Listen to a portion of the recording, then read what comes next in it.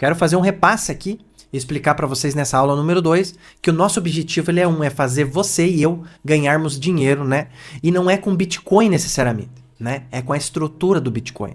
Mas antes da gente falar sobre isso, no decorrer das outras aulas, eu preciso fazer com que você entenda e faça um repasse mental aqui e aprenda em si, né? Então preste bem atenção no que eu vou falar para você. O Bitcoin, ele foi criado ali em meados de 2008 e 2009. E ele tinha alguns objetivos. Mas esse Bitcoin, essa moeda virtual, essa criptomoeda, que é o apelido dela, né? Criptomoeda é algo que a população criou esse apelido, ele não existe em si, né? Tem-se ali por nome o Bitcoin. É a primeira moeda virtual que a gente vê por aí, né? No que foi já criado aí nessa época. Mas o Bitcoin, ele foi criado por um senhor, ou um rapaz, ou sei lá quem, chamado Satoshi Nakamoto, correto? Então, o Satoshi Nakamoto, ele criou um software, ele criou um livro para registrar esse software, né? E as pessoas deram conta de comprar os primeiros Bitcoin aí e difundir para o mundo todo, que é onde nós estamos hoje.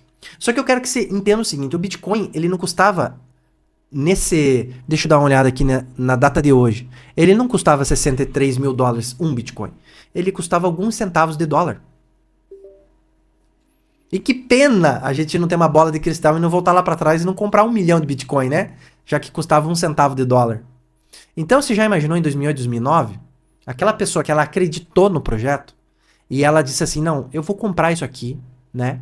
E vou guardar esses Bitcoin lá pro ano de 2026, 7, 8, 9, 10, eu vou abrir esse Bitcoin para vender. Você já imaginou? Essa pessoa é trilhardária. Não é nem milionária, é trilhardária.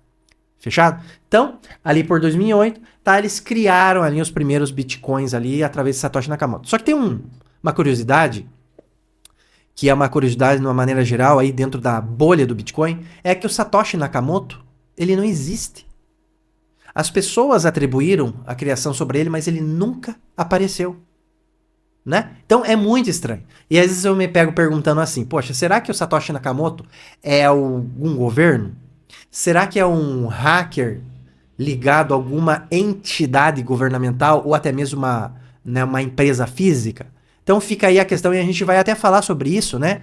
Ao longo desse treinamento para a gente poder tentar entender aí os objetivos do Bitcoin. Não só esse que a gente já conhece, né?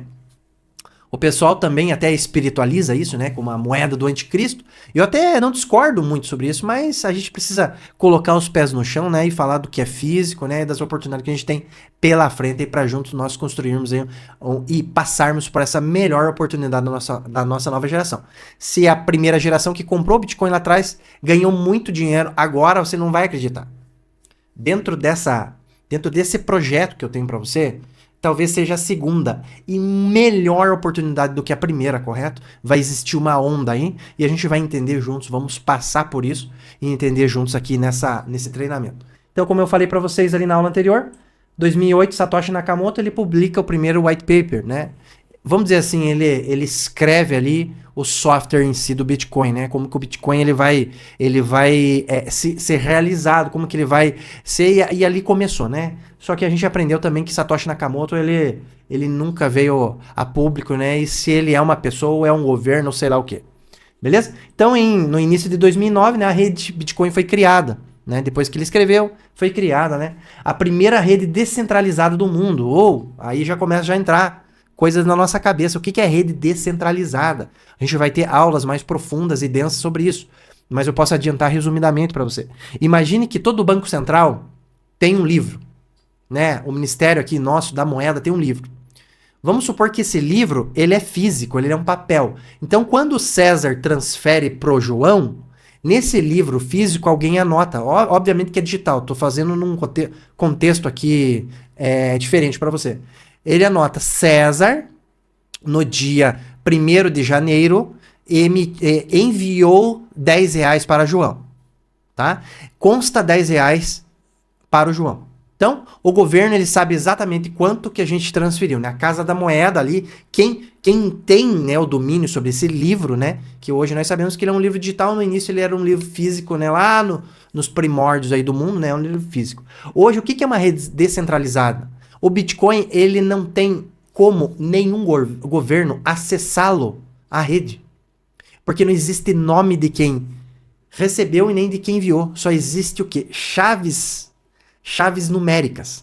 Eu, César, lá dentro do Bitcoin, ou seja, da blockchain, que a gente vai falar sobre isso mais à frente, eu sou um código. Mas eles não podem atribuir esse código a mim, porque eu sempre mudo de código. Cada vez que eu vou fazer uma operação, muda o código. Então, eles não atribuem à pessoa. Eles sabem apenas que, na data tal, na hora tal, aquele código gerou uma transferência, mas não sabe que essa transferência foi para alguém. Ele foi para outro código. Então, isso muda tudo. O Bitcoin é uma rede irrastreável. Aí você me diz assim, não, César, eu fui na Netflix e vi lá aquele filme chamado, como é que é? A rede bilionária, né? O Bitcoin roubado, alguma coisa assim. Você viu lá que lá o FBI conseguiu localizar aquelas pessoas? Gente, aquilo lá localizou pessoas, criminosos que roubaram. Até, se você não assistiu esse filme, assista. É bem interessante e importante para você como um complemento de aula aqui. Tá? Vá na Netflix, digita Bitcoin, você vai assistir ali. É um B de Bitcoin com um gráfico verde assim na tela. Não lembro ao certo qual é o nome do filme, mas é bem interessante. Só que lá é uma dupla de criminosos, né?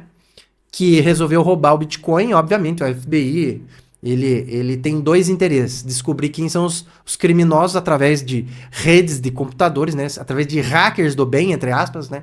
E também a gente soube que o FBI trouxe esses bitcoins para o governo americano. Então o governo americano ele não é burro. Ele não quer encontrar ladrões de bitcoins. Ele quer o bitcoins para ele. A gente vai falar sobre isso lá na frente. Beleza? Então a primeira rede descentralizada é para quê? Para que o governo, né, e os bancos não saibam quanto de valor a gente tem. Beleza? O primeiro bloco foi minerado. O Bitcoin ele tem duas formas de você conquistar ele. Seja comprando de uma pessoa, seja minerando. A mineração eu vou deixar um pouco de lado. É um detalhe mais técnico, correto? Um detalhe mais técnico. Não precisa, porque a gente não consegue mais minerar, né? São grandes estações com computadores, assim, gigantescos, né? Que gastam muita energia. Então essa estrutura para você minerar Bitcoin, que nem o pessoal apresentava aqueles aparelhinhos de mineração, aquilo ali foi só para vender aparelho mesmo, né? São os oportunistas. Né? Hoje uma estrutura de Bitcoin, ela é mais ou menos aí $1 milhão para você montar, para que você consiga minerar Bitcoins aí. Mas o que é bom disso? Você pode minerar Bitcoin, mas você não pode criar mais. A gente vai falar sobre a escassez. Igual a escassez do ouro. O Bitcoin é o novo ouro, em resumo, para você, né? Então ele existe uma quantidade que se chama, um número chamado 21 milhões de Bitcoins no mundo, só. Foi criado 21 milhões. Por isso que é uma moeda escassa, né? As pessoas mineram quando conseguem, através de grande estrutura, ou compram e vendem. Por isso que o preço do Bitcoin, ele tá sempre nas alturas. Começou com poucos centavos de dólar e hoje tá lá na estratosfera, lá. Foi até já $120 mil e caiu para $60 mil, né? Então, para você ver como oscila. E não oscila por causa de alguma falha monetária no meio do caminho. A gente vai falar sobre a oscilação também, né? Mas a gente vai falar mais ainda sobre o motivo do Bitcoin. Beleza? Vamos lá para a próxima aula?